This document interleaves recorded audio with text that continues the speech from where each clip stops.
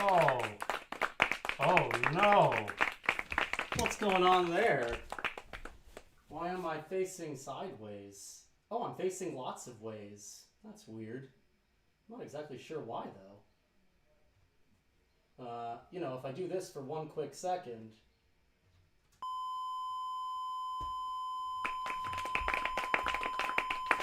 Oh, that's better. There we go. Woo! And my sound seems to be on, so maybe you can hear me. Thank you for that extraordinarily mediocre round of applause. Perhaps deserving. It's so hard making theater when you're all alone. I don't know about you at home. Maybe you're one of those people who finds themselves in an early relationship, quarantining together and wondering if this was a good idea. Maybe you have a family, a very large family, and actually it doesn't feel like isolation whatsoever. Maybe you're like me and you're all alone in an apartment, having fashioned your closet into a white box theater. If so, we should trade tech secrets because, as you can tell, sometimes they fail on you. That last one, it seemed to be an issue with my Mac power cord. I guess I'm making this poor computer do a whole lot. It's probably angrier at me than I am at it. But all of this aside, I am Joshua William Gelb, and this is the CyberTank Variety Show. It's coming to you live today from my closet here, which I call the theater in quarantine.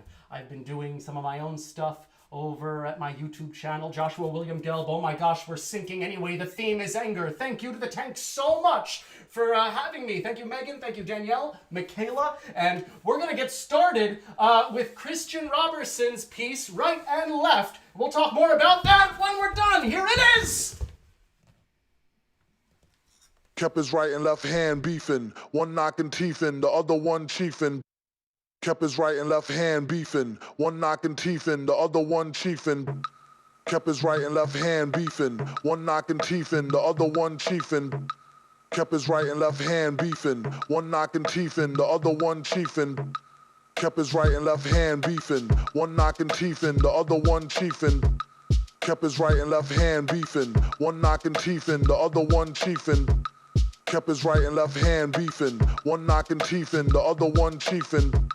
Kept his right and left hand beefing, one knocking teeth in, the other one chiefing. But first, I done wrestled with an alligator. That's right, I have wrestled with an alligator. I done tussled with a whale. I done handcuffed lightning, throw thunder in jail. That's bad. Only last week, I murdered a rock, injured a stone, hospitalized a brick. I'm so mean, I make medicine sick. Man, dude. Bad. Fast. kept his right and left hand beefing, one knocking teeth in, the other one chiefing. Kept his right and left hand beefing, one knocking teeth in, the other one chiefing. Kept his right and left hand beefing, one knocking teeth in, the other one chiefing. Kept his right and left hand beefing, one knocking teeth in, the other one chiefing. But first,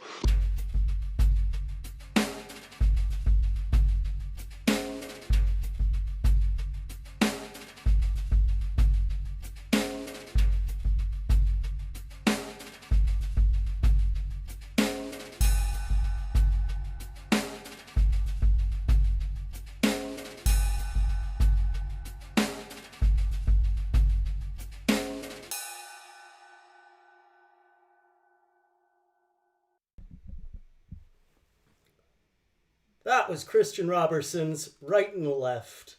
So the tank has, each week at the variety show, we have a theme. This week's theme is anger.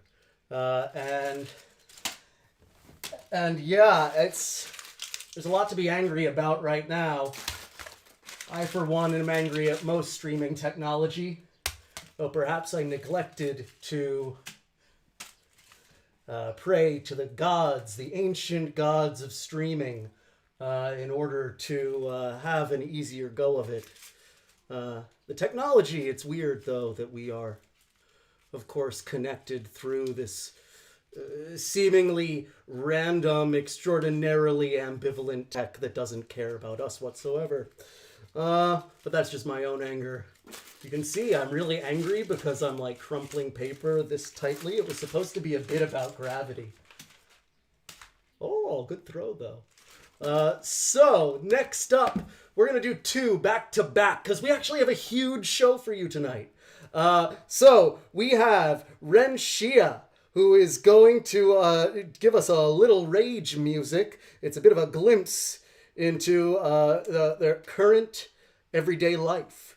And after that, we're going to have Fuck Cake Boss from We Are Animals by Catya McMullen. It's going to be featuring Arielle Gonzalez. And that is going to be a monologue from We Are Animals by Catya McMullen. But that's going to all follow Chia, a little rage music, coming up next.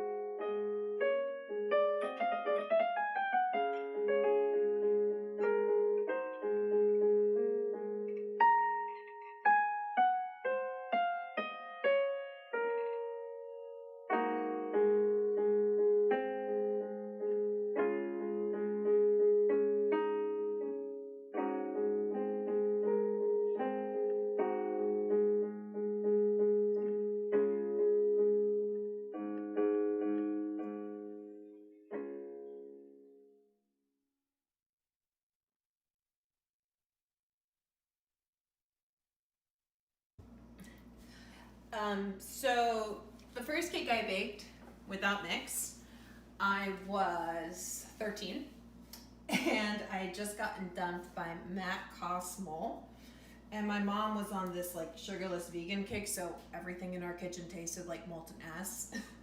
And I found the contraband ingredients in the garage, and I got to work.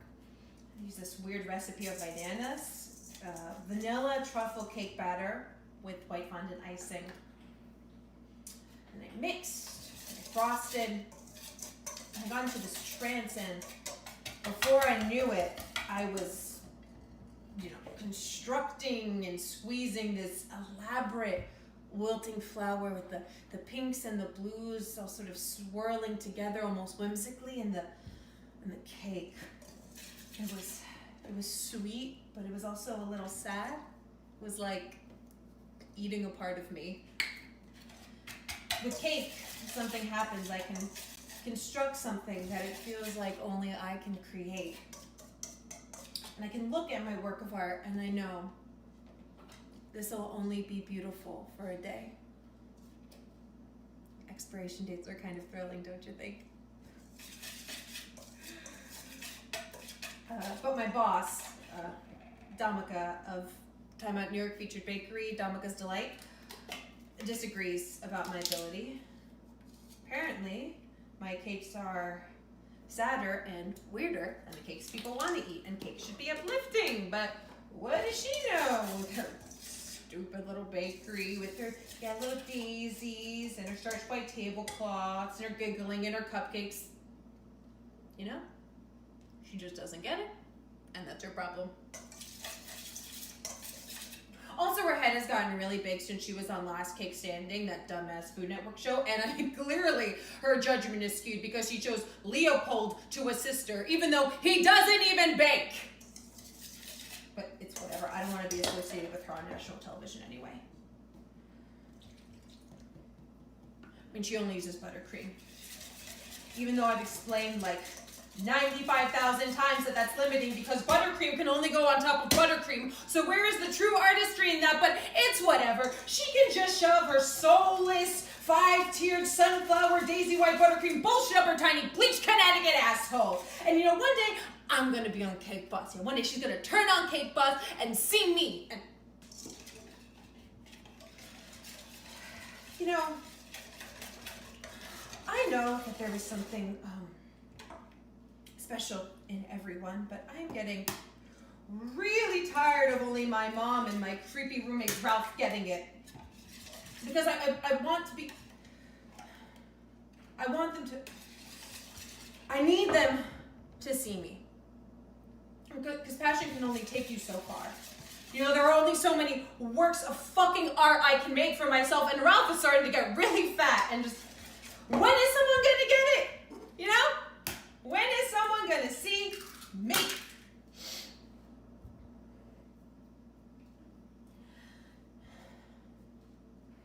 Expiration dates can get old sometimes.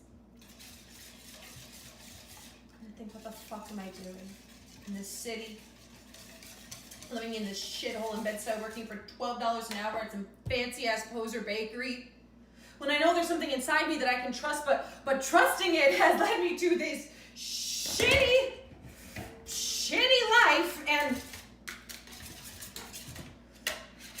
because I know there's something inside me that makes me feel alive, and like my hands are made for good, and like my arms are made for good, and like my eyes are made for good, and like I have a soul, and that it's okay to walk around, because most of the time I honestly feel like I'm drowning.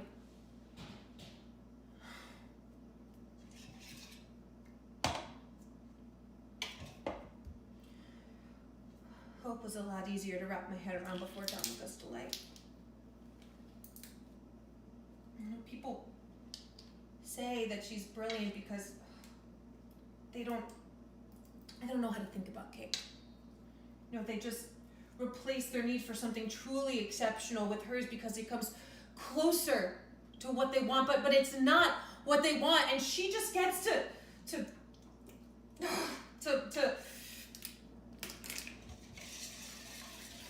have this smugly satisfying life with her fat children and her fat pug. She gets to lay her head on the pillow thinking she's an artist, a genius, but they don't know, they don't. God damn it, I want to be famous!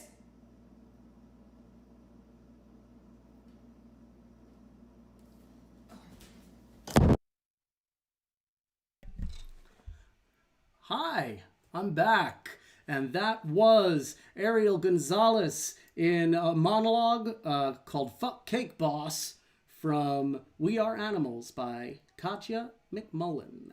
And before that was Ren Chia's A Little Rage Music. I realized that I should definitely put up these Venmo handles for some of the artists who submitted them. Okay. Oh boy, hold on, but I forgot which display to put it on. So I'm just gonna run out for a second. And yeah, I'm trying. This is me on the fly right now. Oh boy, you can hear me though, but I really messed up the stream for a quick sec. This is gonna take no time at all. See, that's me, but I'm gonna be on the floor again. And then those are their Venmo handles. Okay, yep, there we go. I sort of broke the fourth wall. It's sort of inevitable though.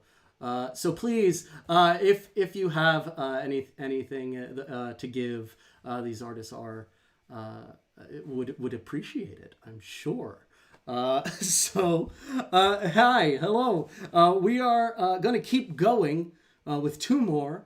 We're going to start. We're going to get to Rodrigo Fisher's Carnivalization of a Lonely Man. But first, we'll talk about that later. But first, we're going to hear from Paul Hufker. This is an audio piece by Paul, who's an old friend of mine, actually. We worked together for the first time when I was directing a hunger artist for the Tank at the Connolly Theater. And Paul was a spotlight op. And I was surprised when I realized that Paul was actually a playwright that I knew of. And I was like, why are you spotlight opping? And you know, he just loved the Tank and wanted to be working there. So here's a piece called I Asked the Forewoman About Building with Anger, and this is what she said, by Paul Hufker, followed by Rodrigo Fisher's Carnivalization of a Lonely Man. See you afterwards.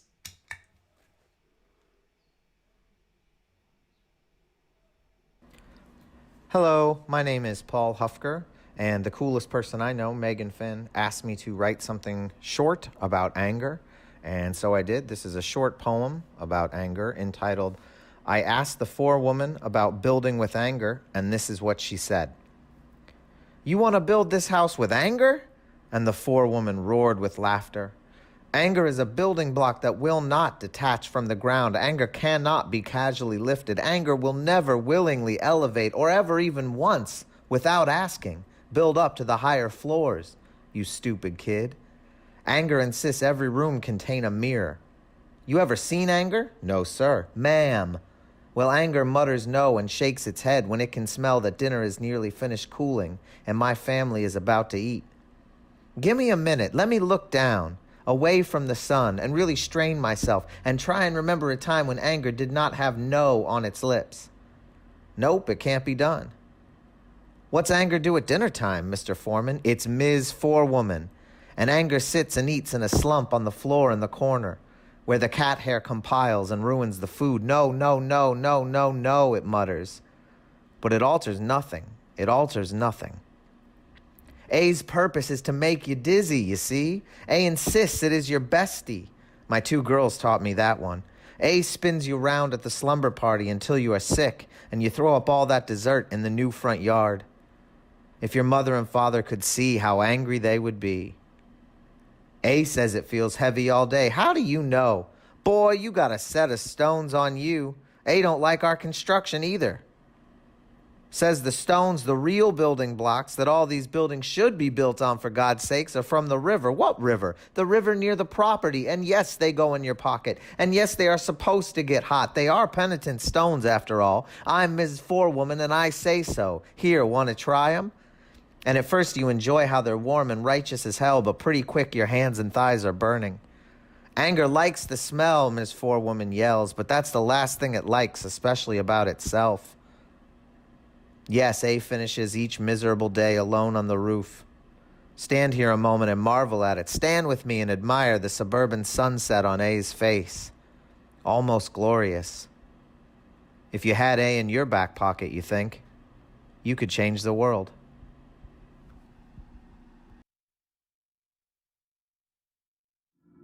One of them is listening to one other one. One of them is listening to two of them. One is not listening to them. And he is having tears, then tears in emotion.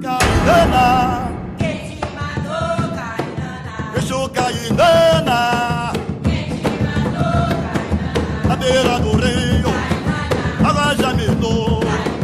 É seu tranca-roa, ele não bandeia, eixo, Three of them had been loving. Two of them were loving. One of them was not loving and was remembering everything and was feeling something. Each one of the three of them was such a one. One they were then. Each one of them, one of the three of them, meant something. I might be falling at the mouth, but give me some little toys. Bring me a cup of tea with a touch of sugar and I'm there for the countdown. Ele corre! Ele corre! Quanto mais sozinho, mais ele corre! Quanto mais sozinho, mais ele corre! Ele se olha no espelho, belisca e se sabendo.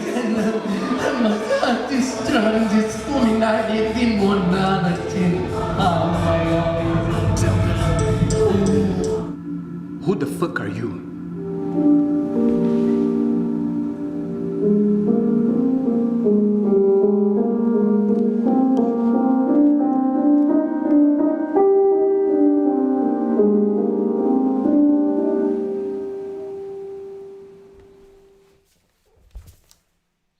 Hey everyone! So that was Paul Hufker's I Asked the Forewoman About Building with Anger, and this is what she said, followed by Rodrigo Fisher's, oh no, I lost my notes, oh dear. There, where are you? Oh, there it is. Rodrigo Fisher with Carnivalization of a Lonely Man, a work in progress. That piece was inspired by Dostoevsky's Notes from the Underground, and it's a multidisciplinary project to approach darkness. He also, Rodrigo also wants to credit Corey Nakasue, Brent Felker, Yasmin Santana, and Greenkill.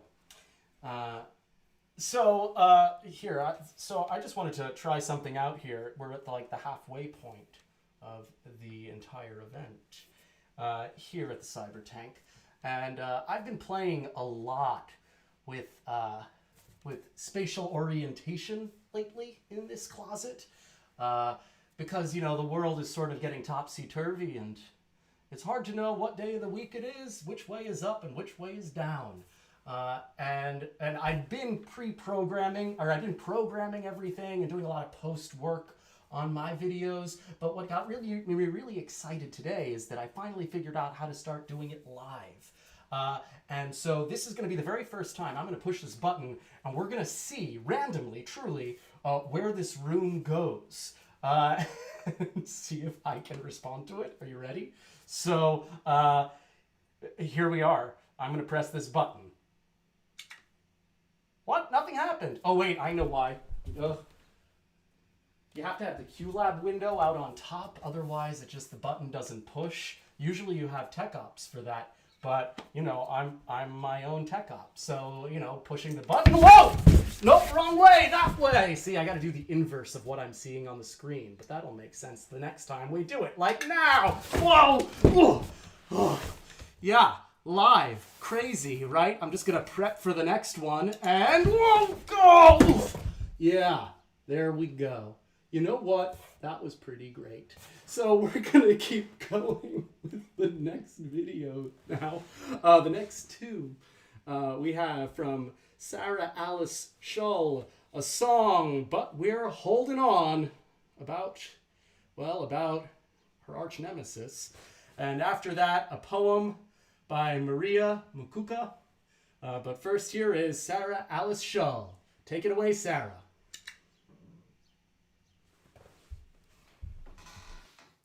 Hi, my name is Sarah Alice Shull. What's up, y'all?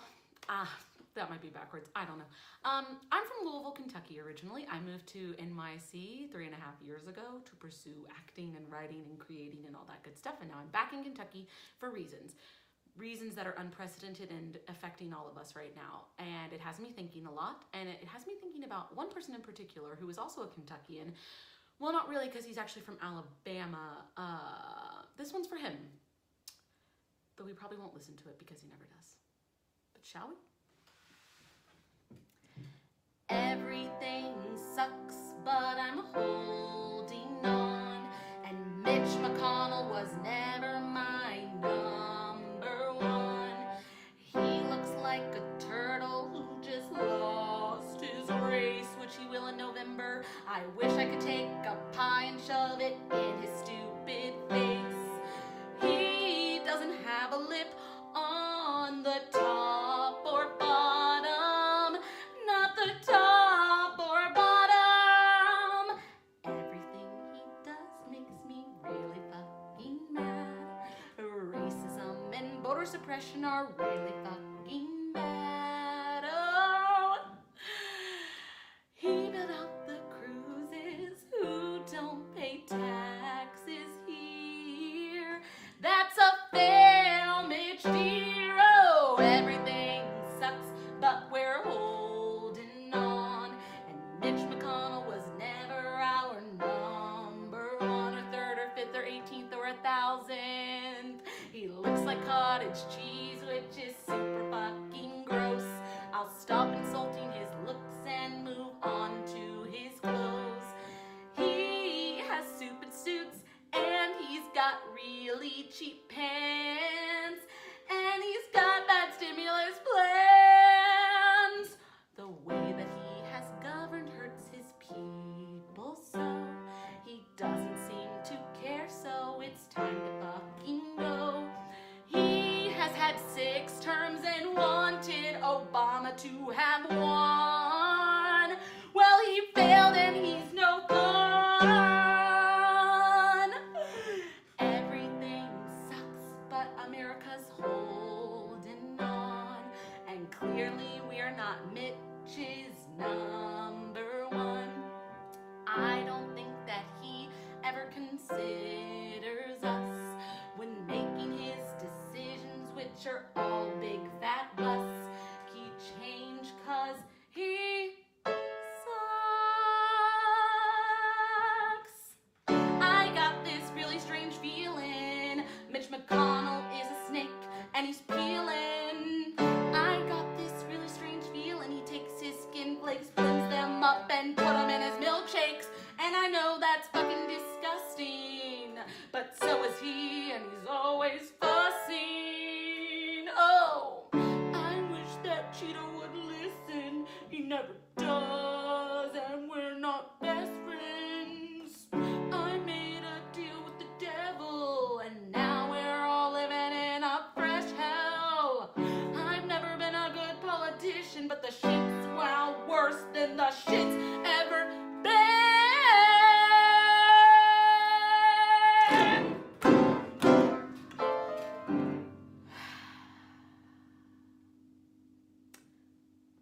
Nobody wants you to be their man. You married Elaine as part of your plan. You wanted her money and you got her a job. That's between you and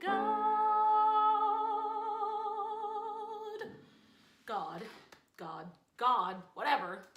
Well, it's not really between you and God, is it? I mean, it affects all of us. You got her a job, you know, when the Trump administration came into power and bad shit has gone down. You can check it out on NPR. Anyway. Everything sucks, but we're holding on. And Mitch McConnell was never our number one or a millionth or a choice ever in the galaxy. I don't know why we ever chose him, but we're not ever choosing him again. Yes, everything sucks, and Mitch is a bitch. Oh, listen up, Dorothy, this is one really, really, really, really bad witch, but he's not cool enough to be a witch.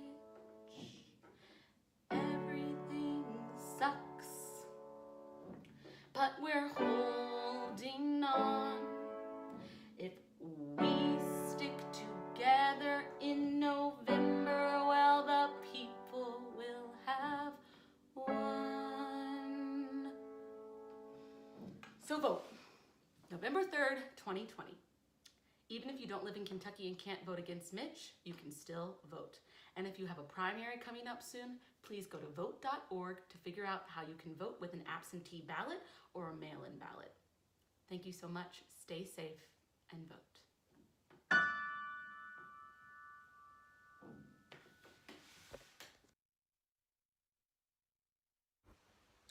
When I'm angry, I run and don't walk, scream because I can't talk, and breathe heavily till this all too familiar feeling frees me from within its 8-foot-high concrete walls. And when I'm me again, smiling, happy to be alive, and grateful for everything me, I see how solemn this can all sometimes be. The work 3 jobs, 2-hour train rides, audition on the side, haven't seen my family in quite a while, kinda life, breeds fear and uncertainty. And so some days, some difficult and lonely days, please forgive me if I can only be angry at the world me.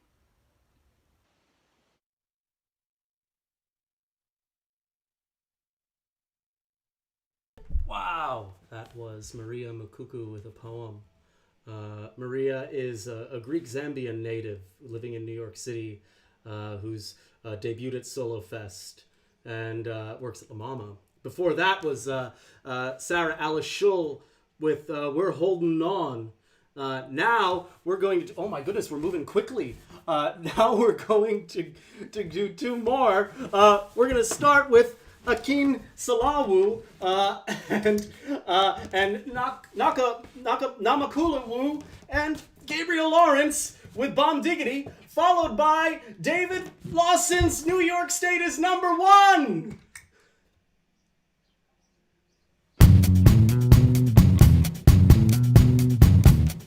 Hey, Scooter. Hey, Laverne. Hey, how you doing? Me. I'm crazy. You are not crazy. I am. I've been trapped in my tiny apartment with my cat for 36 days, and Mr. Elba keeps looking at me like I'm crazy. Well, I thought your cat's name was Pillowcase. Oh, we changed his name on Dame 17. Idris was on TV, and the cat rubbed up against the screen to feel Idris. The connection was undeniable. So, his new name is Mr. Elba. No, I did not rub up against the screen to feel Idris. Mm-hmm. I just kissed the screen. It was nice. It was special. Mr. Elba thinks I'm crazy. And he knows I stink. My building got this plumbing issue, so I can't shower or flush the toilet. Our super died of COVID on day 8, so we almost have no plumbing. I peed in a cup yesterday. And Mr. Elba watched. My cat, not the actor. I kind of don't think Idris Elba is into water sports. I mean, it doesn't strike me as the type that would want to watch me pee. And that's okay. I'm fine with that. So I'm peeing in a cup, and Mr. Elba, my cat, looked at me like, girl, you crazy. I went up to the roof to empty my cup of pee, and my flamenco dancer neighbor, Esmeralda, was up there emptying her pee cups because she can't flush either. Esmeralda had like 6 pee cups. Esmeralda looked at me like, girl, where you been? I empty my pee cups 3 times a day. And I said, I just hold it. Esmeralda looked at me like I was crazy. So I said, I know I'm crazy. This whole thing is crazy.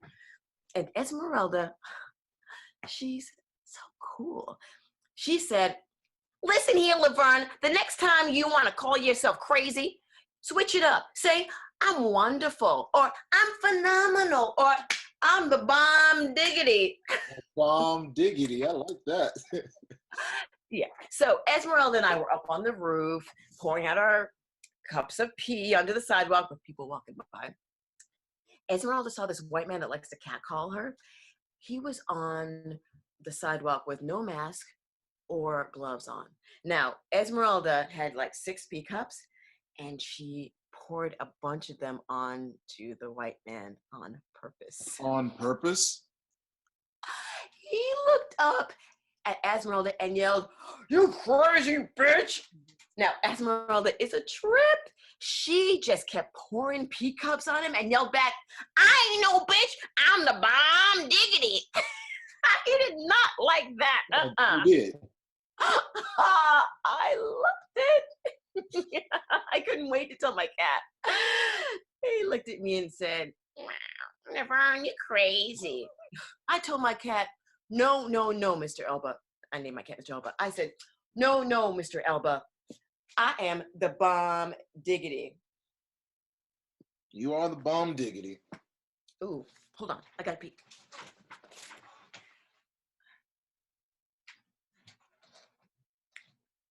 I bet you Esmeralda pees real cute. I bet you when Esmeralda pees, it is damn near magical. Bet you when Esmeralda pees, the angels and the fairies come out of hiding to snap pictures of Esmeralda peeing to post on their Instagram. Huh, I don't know. You think fairies use Instagram or Snapchat? I don't think they use Twitter. Maybe Facebook? Are you still peeing? Almost done.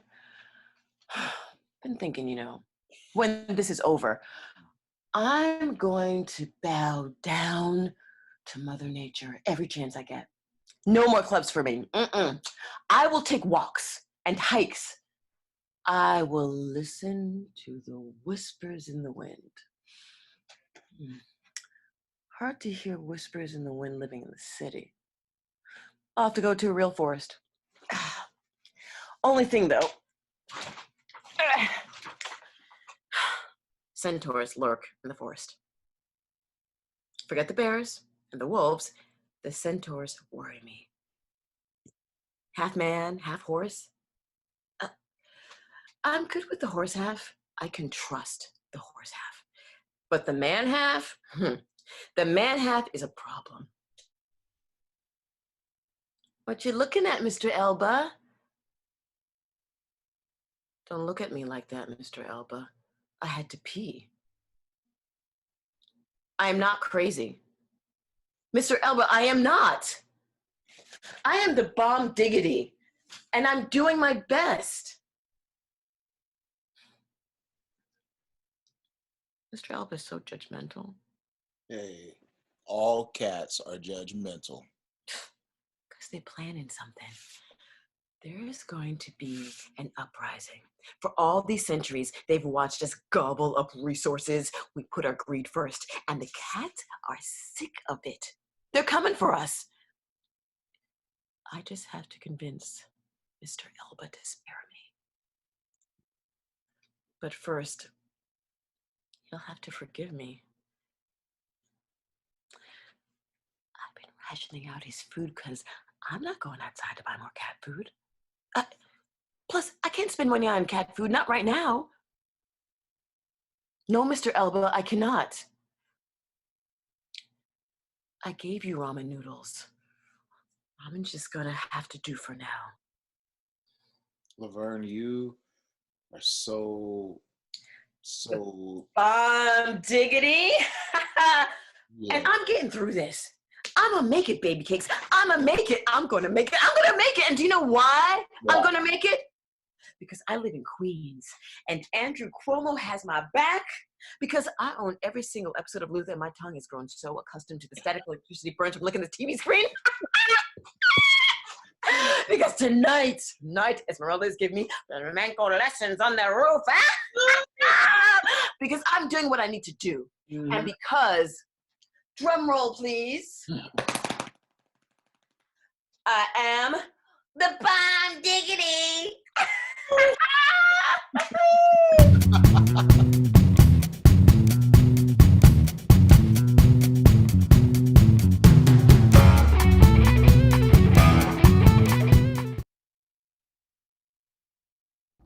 New York State is #1, and it makes me so dang angry. New York State has the most COVID-19 tests administered of any single state in these United States of America, and they've administered about 750,000 tests. That wouldn't even cover 35% of Queens, where I'm recording this video right now here in New York City. And let me tell you, a couple times a year, I go down the street to PS 84 Elementary School, and I talked to that nice poll worker, and I have my little card that they sent me snail mail, and I go to another table and I sign my awful penmanship next to my even worse penmanship from a few years ago, and I circle a few bubbles and I put it into the computer and I vote. And every single fall I go down the street to CVS Pharmacy, and I have my health insurance card that I got through the Affordable Care Act, thanks Obama. And I give it to them, and I roll up my sleeve, and they give me my annual flu shot. And as that flu shot is coursing through my veins, I think to myself that nobody is going to be buying a yacht because of what I spent on this flu shot. Because of the Affordable Care Act, that flu shot costs as much as all medical procedures should cost. It's free. It costs $0. Let me tell you, not bragging here, when I was a little younger, I made a bit of a regrettable decision, and I went to Planned Parenthood and got my finger pricked and did the test that you get when you make regrettable decisions, and I turned out to be negative. And I've been thinking pretty much every single day as I've woken up on week whatever we're on of this pandemic that I live in the largest city in the nation, this nation which has the highest gross domestic product of any other nation in the world, and that I'm living through the worst public health emergency in this nation in over 100 years, and yet I can't go to PS84, to CVS, to Planned Parenthood. I can't go there and get a test and find out, like, that guy who you were walking a little too close next to, who coughed a few times on one of your walks you took recently, 6 feet apart with my mask on, that guy did infect you and you tested positive. Or like you tested positive, like, thank God I'm asymptomatic. Or that I tested negative. Like, I just want to know. But it hasn't been made as easy as just going to PS84, going to CVS, going to a clinic like Planned Parenthood. And New York State is number one, the most tests of any state, and it's only 750,000 tests. And that makes me angry. And I don't really know what I can do about it, but I can tell you, I'm making things like this, yelling at my iPhone. That's what I can do about it. I'm angry.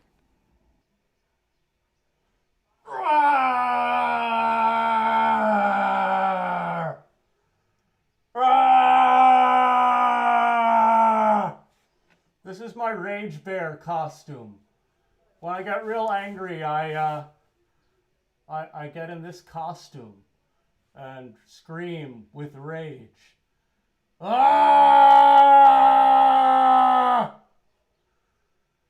Actually, I just bought this bear suit like 5 years ago for a show and figure I have to keep using it somehow. Well, that was just David Lawson with New York is number one. And before that was Akin Salawu and Namakula Mu and Gabriel Lawrence with Bomb Diggity. I'm going to put up their Venmo handles right now. Woo! It worked. That's great. And again, if you're feeling generous, please do give to the artists. Now, there's one handle I haven't put up yet, and that would be the tank. The tank, oh man, it's so hot in here. It's really... Okay, I'm just going to put you under my shoulder there. I was going to try and do the whole bit with the bear the whole time. But there's one handle I haven't put up yet. Now I got bear fur all over me. And that is the tank. Of course, all of our theatrical institutions are struggling right now. But the tank, who is just so generous in how they give space to artists, truly lifting all economic barriers to making work right now. They, of course, need our help most of all. The Tank Gala is one way to show your support. It is coming up on May 19th, and you can go to tankgala2020.org in order to learn more. Artist tickets start at just $30. And really, we have to do everything we can to support this theater. Now, we have one more guest for you today at the CyberTank Variety Show.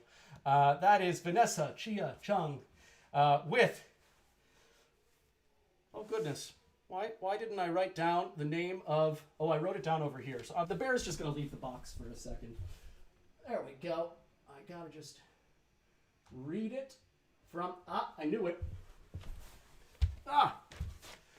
With a short called Unexpected Latinas, this is Vanessa, Chia, Chung, and enjoy.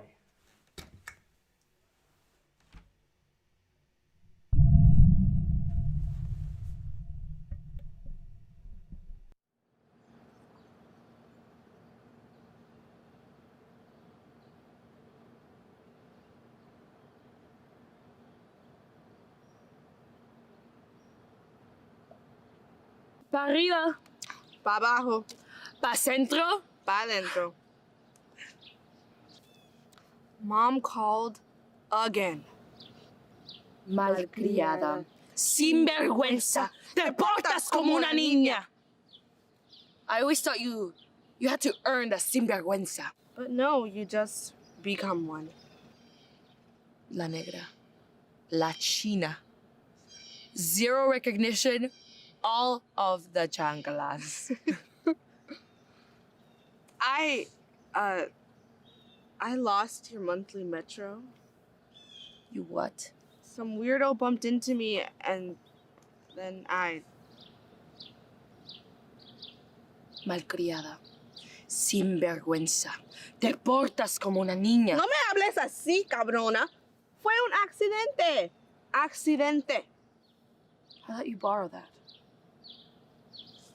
I love you. Shut the hell up. Hermana.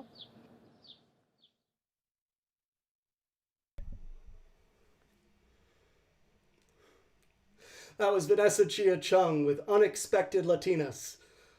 So we have one more act for you today, and that's one of mine. But first, before we get there, I want to thank... Oh my goodness, there's bear fur everywhere. Ugh, I regret that choice. But that's for a whole other episode all about regret. So first I'd like to thank all of our extraordinarily angry, rage-filled artists. Thank you all for creating work for us right now. It's hard to make work right now. And so I do so deeply respect your bravery and your productivity, and it's wonderful hearing everyone's rage and anger. I'd also like to thank you for tuning in. I was hoping to be more interactive with the comments section, but technical difficulties being what they are, I'm glad we made it through this show whatsoever. Thanks again to the Tank. Remember, May 15th is the Tank Gala, and next week will be in May. Wow, months and time. And next week, next Tuesday at 4, technical, abilities notwithstanding, we're going to be, the variety show will be back with an episode on mental health. It'll be Mental Health Awareness Month, and there's so much of a conversation right now about physical health. How can we also think about being mentally healthy at this time as well? Thanks again for tuning in. Here is a piece that I created a couple weeks ago with choreographer Katie Rose McLaughlin and composer Alex Weston. We actually pre-recorded it last time and built all the camera movements in post. And this will be the first time that we're doing it live for you right now. And I'm very excited about that. So this is Corners 1, 2, 3, 4, and 5 by the Theater in Quarantine, which you can subscribe to on YouTube at Joshua William Gelb. Thank you so much for tuning in.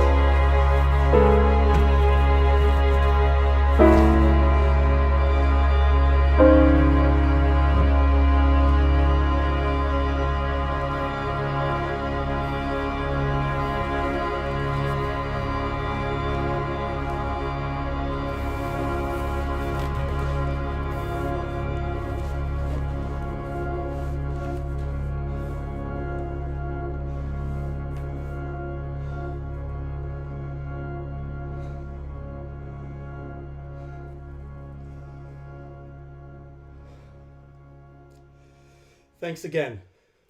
Stay well. Stay safe. We'll get through this together, one way or another. Until then, I'll be here in the closet. I'm Joshua William Gelb, and this is the CyberTank Variety Show. We did it. Have a great night.